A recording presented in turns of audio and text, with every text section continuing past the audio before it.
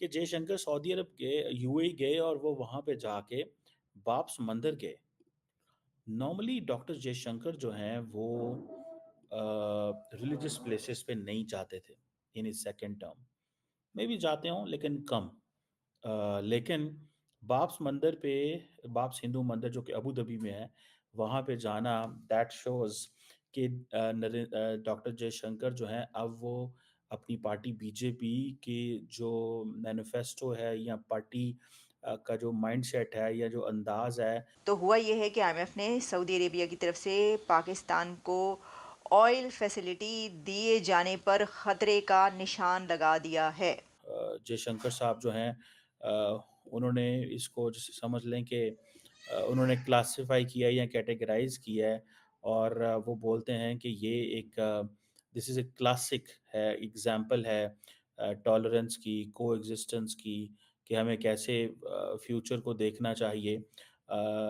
And I think he is right in this sense that Abu Dhabi has done a great job in this sense in bringing all religions together. नमस्कार दोस्तों, आप सभी का बहुत बहुत स्वागत है पाक मीडिया कॉमेडी के एक नए वीडियो में। उम्मीद करते हैं आप सब बहुत अच्छे होंगे। दोस्तों, एस जयशंकर जी के नाम से ही पाकिस्तानियों को पता नहीं क्या हो जाता है।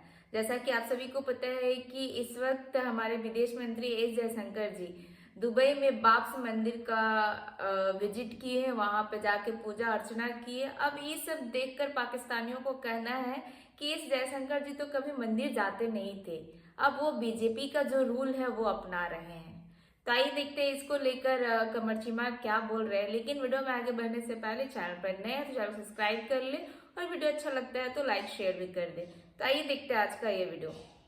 इम्पोर्टेंट बात यह है कि जयशंकर सऊदी अरब गए, यूएई गए और वो वहाँ पे जाके बाब्स मंदिर गए। नॉर्मली डॉक्टर जयशंकर जो हैं वो रिलीजियस प्लेसेस पे नहीं जाते थे in his second term. May be जाते हों लेकिन कम।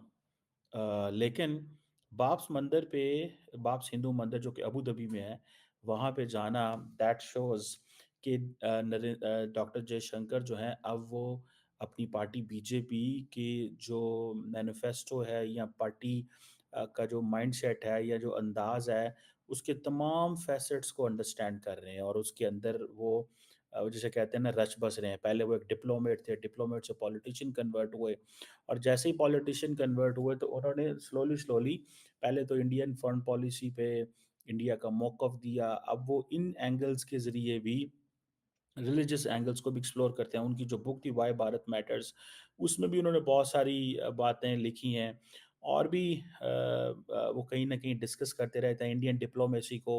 वो इंडियन जो जिसे कहते हैं ना कि हिस्ट्री सिविलाइज़ेशन से के साथ एंगेज करते रहते हैं। So he has been doing this और उन्होंने मोहम्मद जो यूएई के फॉरेन मिनिस्टर से भी वहाँ पे मुलाकात की है। अ सो पहली बात तो ये है मंदिर जाना दैट टेल्स कि डॉक्टर जयशंकर की जो ओरिएंटेशन है it's changing regarding the religious Hindu holy places. He is a practising Hindu definitely but largely मैं कहता हूँ कि जैसे नरेंद्र मोदी जाया करते थे जयशंकर नहीं चाहते थे लेकिन अब वो जा रहे हैं that is something new for me. एक बात। दूसरा ये जो बाब्स मंदिर बना था उधर अबू धाबी में जिसको जयशंकर साहब जो हैं उन्होंने इसको जैसे समझ लें कि उन्होंने क्लासिफ़ाई किया है या कैटेगराइज़ किया है और वो बोलते हैं कि ये एक दिस इज़ अ क्लासिक है, एग्ज़ाम्पल है टॉलरेंस की, कोएग्जिस्टेंस की, कि हमें कैसे फ्यूचर को देखना चाहिए। And I think he is right in this sense that Abu Dhabi has done a great job in this sense in bringing all religions together. ये चीज़ जो है ना मैं ज़ाती तौर पे समझता हूँ कि अबू धाबी ने अच्छी की है कि they allocated the land, they asked them to become mothers because वो जो मिलियंस वहाँ पे हैं दे कैन प्रैक्टिस और उनको they should they should feel that within an Islamic territory or a Muslim country, they have every right to practice the religion which on which religion they are. So I think Abu Dhabi did a great job on this. लेकिन कुछ पाकिस्तानी ऐसे हैं जो इस चीज़ को criticise बड़ा करते रहे हैं, नेगेटिव प्रोपेगेंडा करते रहे हैं और सुनने में आया है कि यूएई की जो अथॉरिटीज़ हैं वो बड़ी तंग है 2 तरह 3 तरह से।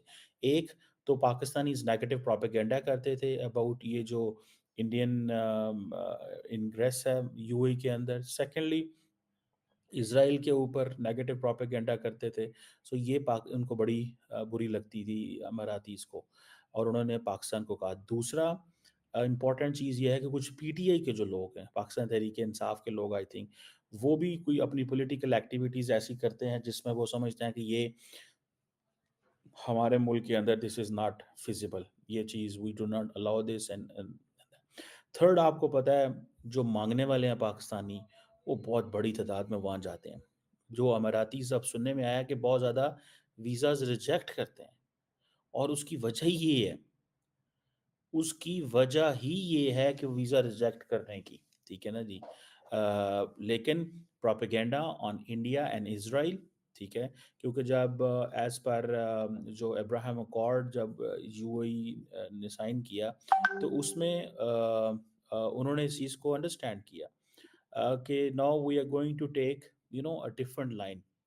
हम एक डिफरेंट लाइन जो है वो ले रहे हैं एंड फॉरएवर वो जो लाइन ले रहे हैं। बहरहाल मुझे ऐसे लगता है कि जो अमारातीज़ इंडिया के करीब हुए हैं, they have understood the relevance and value of India.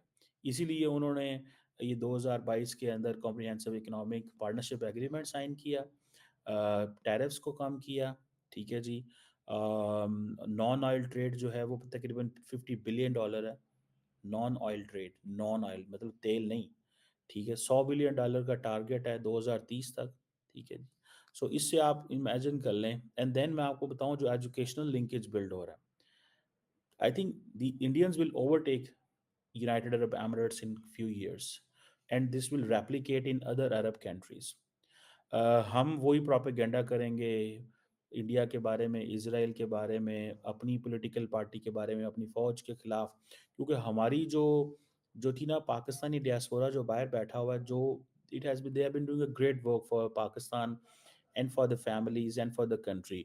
But वो इतने ज़्यादा पॉलिटिसाइज़ हो चुके हैं पाकिस्तान के हवाले से कि वो सिर्फ़ पाकिस्तान की पॉलिटिक्स के बारे में बात करते हैं। वन सेकेंडली वो होस्ट मुल्कों को कहते हैं कि तुम क्यों इज़राइल के हक़ में हो, तुम क्यों इंडिया के हक़ में हो।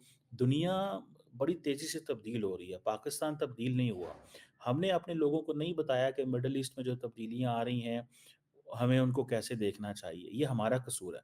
We didn't tell them.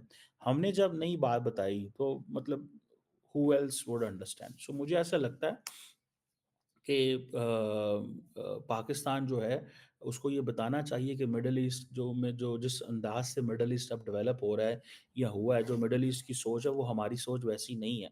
हमने अपने लोगों को बहुत ज़्यादा रिलीजियसली मोटिवेट कर दिया हुआ है, सो वो हर चीज़ मजहबी एंगल से देखते हैं। बहरहाल अब इंडिया जो है वो ज़ाहिर बात है, जो प्रेस रिलीज़ मैंने देखी उसमें वो इम्पोर्टेंट थी कि जो सऊदी अमारातीज़ एंड इंडियंस जो हैं जो डिस्कस कर रहे हैं एजुकेशनल पार्टनरशिप। आज के वीडियो के बारे में आप क्या सोचते हैं? अपनी राय कमेंट में जरूर दें। वीडियो कैसा लगा जरूर बताइएगा और चैनल पर नए हैं, चैनल सब्सक्राइब भी कर ले और बेल आइकॉन भी प्रेस कर ले ताकि लेटेस्ट वीडियो नोटिफिकेशन आपको सबसे पहले मिले। और जो लोग पाक मीडिया देखने में इंटरेस्टेड है उनको मेरा वीडियो भी शेयर कर दीजिए। तो फिर आपसे मिलता है अगले वीडियो में। अपना ख्याल रखें। जय हिंद, जय भारत।